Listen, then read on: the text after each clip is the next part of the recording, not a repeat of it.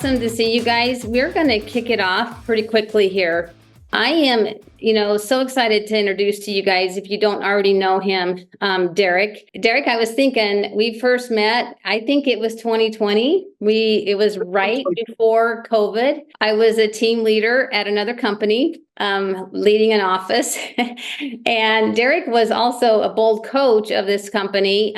Bold is a very long, extensive training on mindset and skill set. I was so impressed with Derek, just as I was with really all Bold coaches. Derek just does a phenomenal job. We didn't get to do that training that time because COVID just shut us down. Yeah, we were going to start the end of March, right? And everything happened in mid-March. Yeah. But anyway, I've just stayed connected with Derek. Of course, Derek's over at EXP now. So I'm going to introduce to you guys.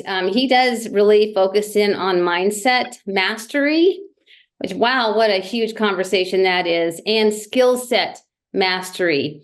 And today he's going to really talk to us more about the skill set area and gaining mastery over that.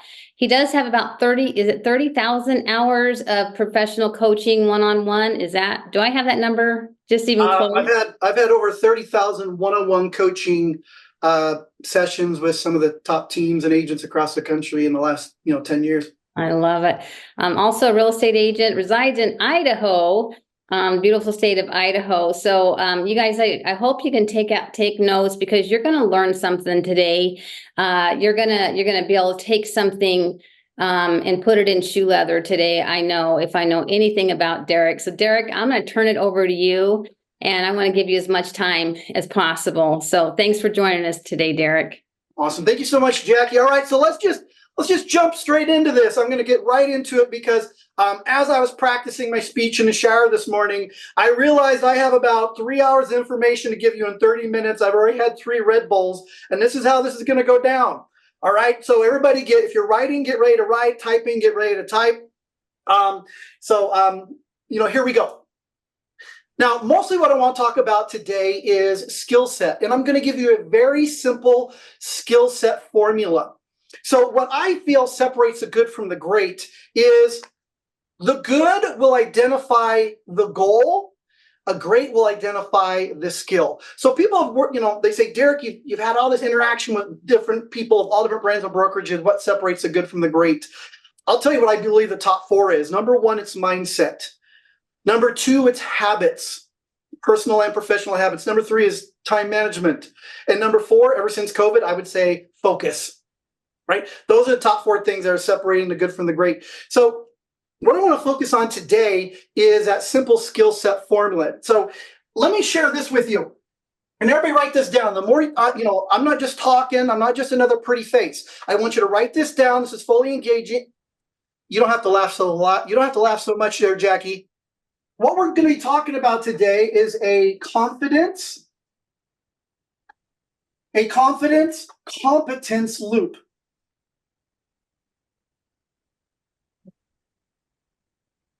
So this is a competence loop. If you want to simplify it, you could say it's mindset and skill set. So the last time that I was on this call, I talked more about mindset. So I want to talk about skill set. Let's talk about the confidence competence loop. What does that mean? Competence is basically skill set. Let's say on a listing presentation, I have not practiced my listing presentation, my skill, my objection handlers. I have not studied the market. I have not truly worked on that CMA. And if I have not built in my skills, I go into the listing presentation knowing I'm not prepared. This fake it till you make it thing, that's BS, and your brain knows it. If you go in, your brain knows you're not prepared, you will come in, your energy will be off. Your body language will be different. And if you are not prepared and you don't have the confidence to defend your commission, and you're not confident in what you can do to help them sell their house in the time frame they need, they're going to be able to tell. They're going to sniff that out. So if you come in without the skills, your confidence level is not there. Now, I will say this as well. Some people have been scared about some changes in the market. And I would say, if you are scared that someone's not going to see your value and pay you what you're worth, the question I would ask is, Do you know your value? Do you know your value? And do you know what you're worth? And do you have the confidence to show it and to defend it and talk about it? So let's say you go into listing presentation and you're not prepared. You're not prepared, or someone asks you about commission or about should the price be higher? Will you go down a commission? Do we give stuff on the other side or not? And all of a sudden your body language changes and your eyes go down. It's like, well, I think we should do this. They know the confidence is not there and you don't get it. So you walk away from that listing presentation a little defeated. So there's a confidence. You feel a little defeated. You go in, man, I don't know, things are tough out there. And you worry about things being tough and things you can't control. It's like, I don't know, they just don't like me. And so you feel defeated, so you don't put in the skills. You don't take the classes and the courses and the training. So you're not building your skill set. You go back into another deal and you go, man, things are tough. I hope they don't say no like last time. They say no, you feel defeated. You go in and you're not putting in the work. That is a confidence competence loop. Now it goes the other way as well. You're putting in the work. You're studying. You know the pricing in your area like a ninja master. You know how to price homes better than anybody else. You know how to handle the common listing objections, how to defend your commission. You're putting in the work. You go in confident, like, I can sell your house. You want to be here in 3 days? Boom, I got you. Do you have that confidence? They feel it. You're able to show your skill level above everybody else. You get it. You go, man, I got this. You go confident. You know what? My goal was 25. I'm going to go to 35 now. You build up your confidence. You put in more work. You start building it, and that confidence competence loop can go the other way as well. I'm a coach at heart, so I would ask you to do this. If you wrote this down, confidence and competence, I want you to rank yourself on your confidence. Everybody write down your own number, and there's no judgment, right or wrong. When it comes to your confidence in being a high-level real estate agent, give yourself a number on a scale from 1 to 10. And 10 is being high. 10, you are a ninja master. You're confident and you got this. 1 is you want to curl up in a ball. What is your number? And go ahead and write it down. I can see you. I can see if you're not writing down. Now, also write this down. It's about progress, not perfection. Let's say you wrote down a 7. Cool, you're a 7. And sometimes you say, oh, I'm not a 10. How do I get to a 10 overnight? And the brain says, God, it's a struggle to get to a 10. How do I get to a 10 overnight? It's not possible. I'm not even going to try. It's progress, not perfection. How many would you agree? Progress, not perfection. You've been in this business long enough to know.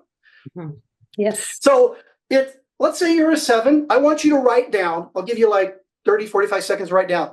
What is the one thing within your control you can do to go from, let's say, a 7 to an 8? Whatever number you wrote down. If you said 5, fine. What's the one thing within your control you can do this week to go, say, from a 5 to a 6? Go ahead and write something down. All right, cool. So this is interactive. I speak live a lot, so I got to make it interactive. Help me out. Who wants to share? Right? I'm sure there's someone on this call struggling, and if you share, it might be able to help them come up with something. So let's help each other out. Who wants to share? You don't have to tell us your number, but share. What's the one thing you feel you can do to increase your confidence? So Derek, this time, when I had written down as you were writing that there was a direct correlation for me when I would go on listing appointments. The further I got from my geo farm, the less confident I became. Okay. Because I was most of the time I was selling, there was more than 18 months of inventory. So you really had to price right. When I went further from my farm, the sellers, of course, felt they had their home was worth more than it really was. I wasn't confident enough to stand my ground because I didn't know for sure. And so then I would take overpriced listings as I got further from my farm. Well, guess what? They end up expiring on me as well, right? So but to answer your question, what could I do? Of course, I would stay closer to my geo farm, concentrate my business there, but I could hire a coach. I could get a mentor. Those are things that I would do today, that I do today because I'm not practicing, in order to effectively lead my organization at EXP or to build Pro Insight. I love that. Awesome. Thank you. Thank you for sharing. So number one, you may write this down as well. Know your standards. One of the biggest mistakes I see in agents is not setting your own standards and expectations. whatever your standards expectations are, it may be, anything outside of an hour away, I'm going to refer out. Right? As in, okay, I'm not going to work for less than X%. I'm not going to work Sundays. I'm not going to work after 8. What are your standards expectations? So like Don shared, he could do one of two things. Number one is, hey, know that outside of this area, it's better and more efficient for me to refer out. And or if you feel like you're struggling in pricing area, great, guess what? You can do a CMA every single day. Do a CMA every single day. And if you want to focus on luxury, do luxury CMAs. You want to focus on this part of town, do a CMA every single day. So here's a quick opinion. I know you didn't ask for it, but I'm going to give everybody a quick opinion. I've seen something on TV and they're talking about, hey, a certain percentage of homes across the country, they're lowering their prices. Like, oh, prices are going down. Here is my coaching opinion. 2 years ago, when things were flying off the shelves for most of us, I know there's people from all across the country, but 2 years ago, people were flying off the shelves, and a lot of newer agents would say, hey, Mr. Seller, what do you want to sell it for? 700,000? Great, I'll put it on for 700,000. And a lot of times it would sell. Now we have a lot of agents, they are not skilled, ninja master skilled in pricing homes appropriately. So they're kind of guessing to put it on there. They're really going into what the seller wants, and they're putting up unrealistic prices. And what the market tells us, what the right price is, and they have to bring them down. So they think, oh, the market's coming down, homes are coming down. I think we have a lot of people, a lot of agents pricing them wrong because it was so easy for so long. They're not pricing them right today. I see the gap between average agents and great agents. That gap is widening. So are you putting in the work? If you're not a ninja master on pricing, no judgment, but what are you doing today to do that? So let's jump in. Jump into that. So once again, confidence, competence loop. Now, last time I talked about mindset, how we can improve that. Today, we're going to talk about how to improve skill set. And it's a very, very simple formula. So I'd like for you to write this down. The formula is the 1, 1, 3, 3, 1, 3, 30, 30 program. Pretty simple, right? You guys are going, what the heck? All right. So here's a very simple formula once we start breaking it down. Whenever we want to improve our skill set. Now, once again, what's the first number one? This is your goal. Yes. Oh, okay, Derek, that makes total sense. It's a goal. Everybody thinks the goal is the most important thing. I don't think it's the most important thing. I think it's the first thing. You need to know your goal. If you have a goal and you create a nice, pretty vision board, it's on the refrigerator, that's awesome. But you say, oh man, I hope this happened. Hope is not a business plan. If you have that vision board up on the refrigerator, it's like, okay, what are you intentionally doing to make that happen? So number one, what is your goal? The next one, what is the one skill? What is the one skill I need to learn in order to hit my goal? Now, what I love about this formula is you can use this for real estate. You can use it for investing. You can use it for agent attraction. You can use it for health. You can use it for running a marathon. You can use it for anything. So let's say, for example, what is the goal? And remember, when you set a goal, it has to be specific and measurable. The first two letters of the SMART goal, right? So specific and measurable. If you say, hey, I want to grow my business, you might grow it by $1. So be specific and measurable. Maybe you say, I want to do $50 million in volume in the next 12 months. That's specific and measurable. You may say, I want to add 10 agents to my organization in the next 6 months. That's specific and measurable. So you may say, okay, I want to grow my business to 50 million. What is the one skill I need to learn? It may be communication. It may be negotiating. You may be running a team and the skill you want to learn is leadership, or about hiring, creating better systems and models. So what is that one skill? So what's the next three? The next three is books. Identify 3 different books that are going to help you learn that one skill. Now, what a lot of people do, and I've been guilty of it too, is a friend on Facebook says, oh, I read this awesome book. You should get it. You go on Amazon, you get it. And now you have a stack of 15 random books on your nightstand you haven't touched. Anybody else? Anybody? I know I have, right? So Derek, people say, Derek, what book should I get? It says, I have no idea. What skill do you want to learn? So if you say you want to get better at negotiating, what are some books you could get about negotiating, right? Like Never Split the Difference. That's, there's one. If it is about, there's lots of different books. We're talking about communication. If we're talking about, your business, who to go after, the different levels of people. We have lots of great books out there. So the next is 3, let's just call it audio. 3 different pen audios. This may be, okay, maybe I want to learn about, let's talk about leadership. I want to learn about leadership. What are 3 good podcasts? It may be webinars, seminars. It may be audio books. What are 3 different audios that's going to help me?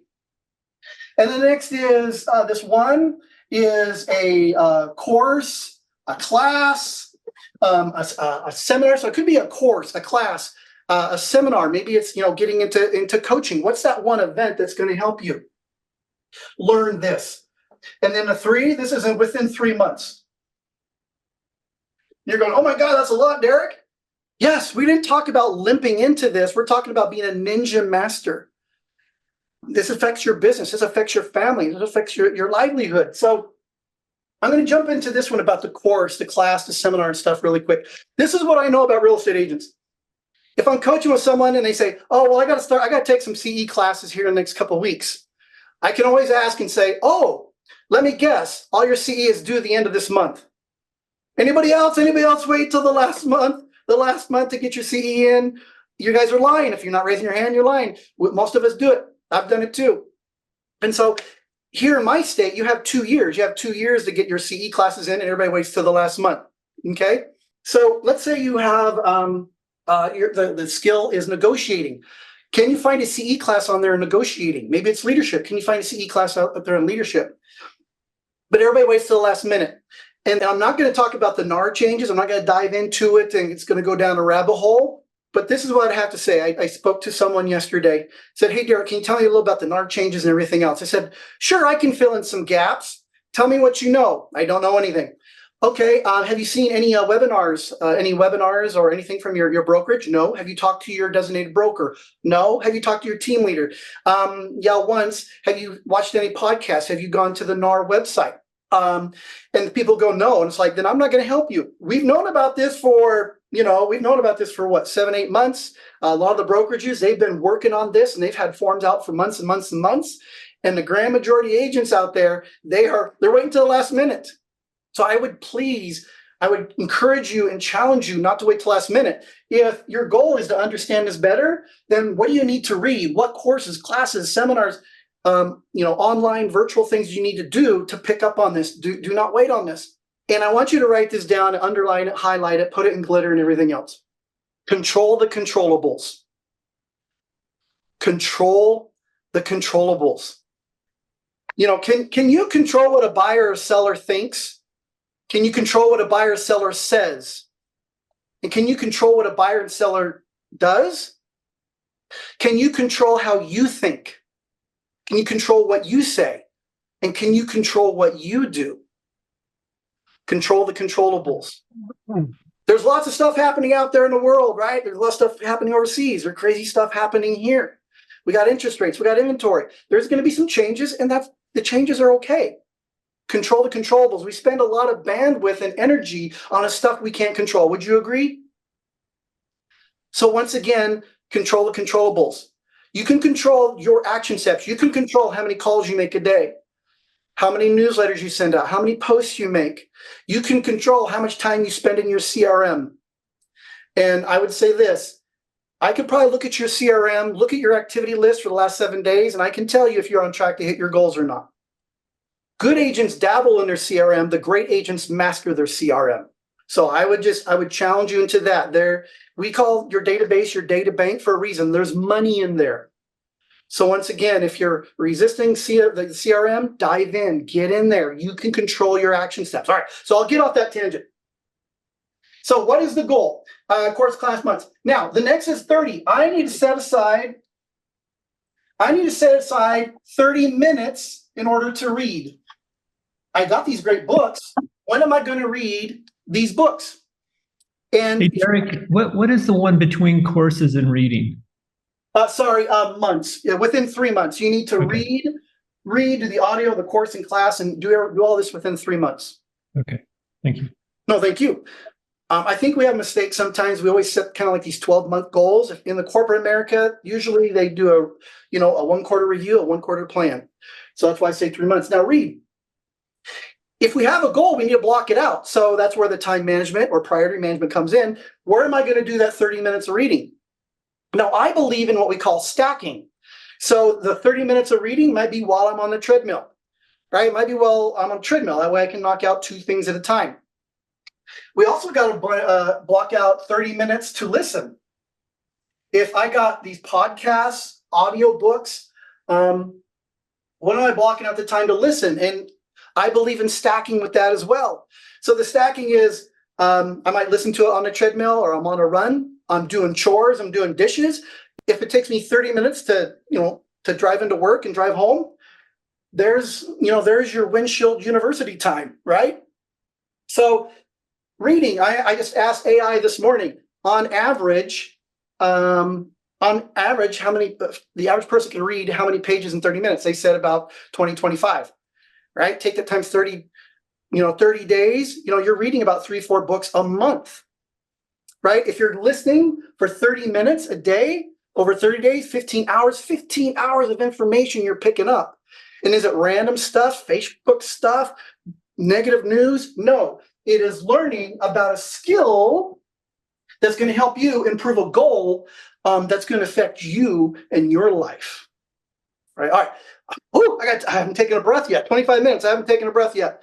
Let's see, Don. I listened while I was on a ride. Listened to How to Make Better Decisions by Annie Duke. Yeah. See, so he's stacking. Not only is he doing something for his body, he's doing something for his mind at the same time. When people say, "I don't have time," how about we substitute 30 minutes of Netflix for 30 minutes of reading? Right? How about that?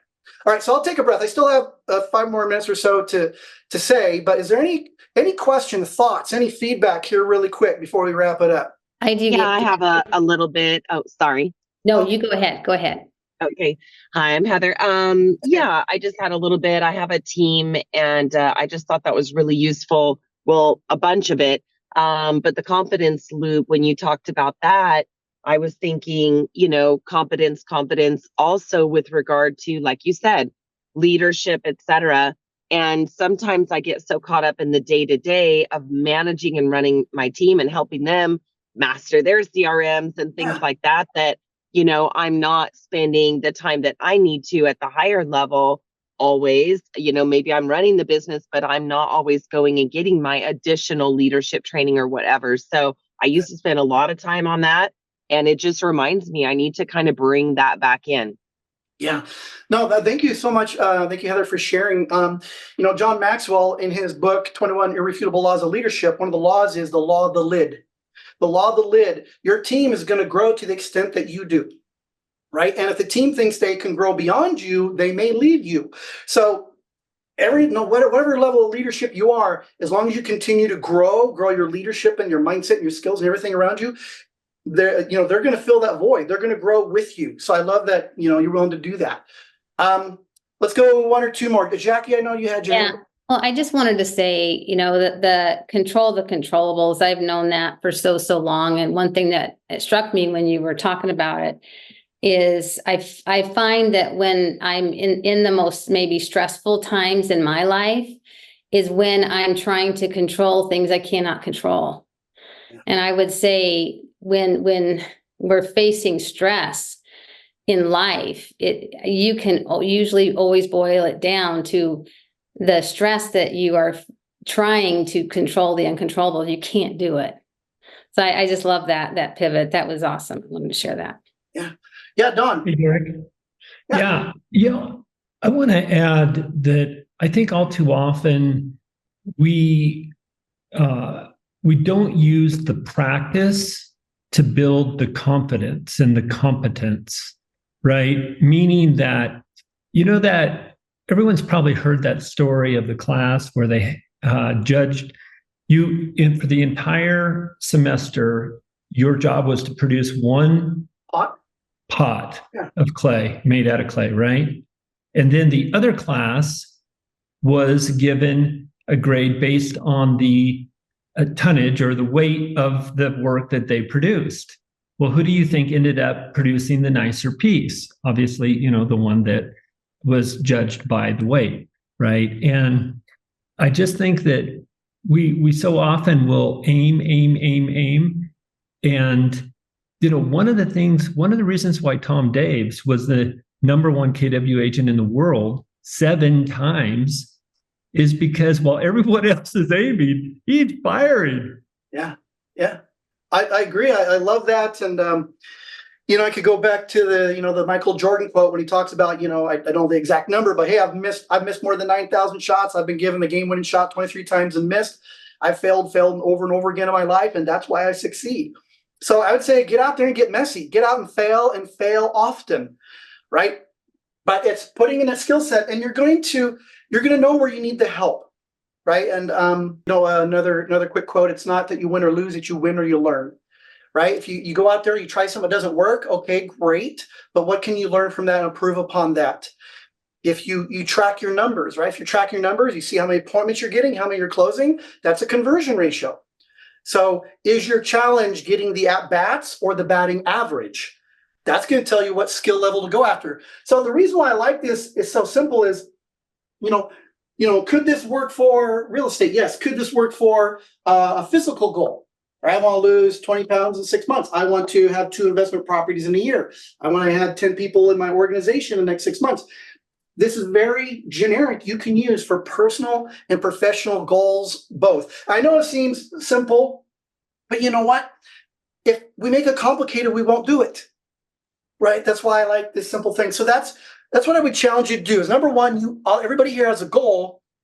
I want you to identify what is the one skill that's going to help you improve upon your goal. So when we talked about the competence loop, everybody wrote down what you rated yourself on a scale from 1 to 10 on confidence.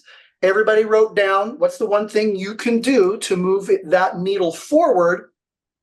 And I would encourage you to do something about it within the next 24 hours.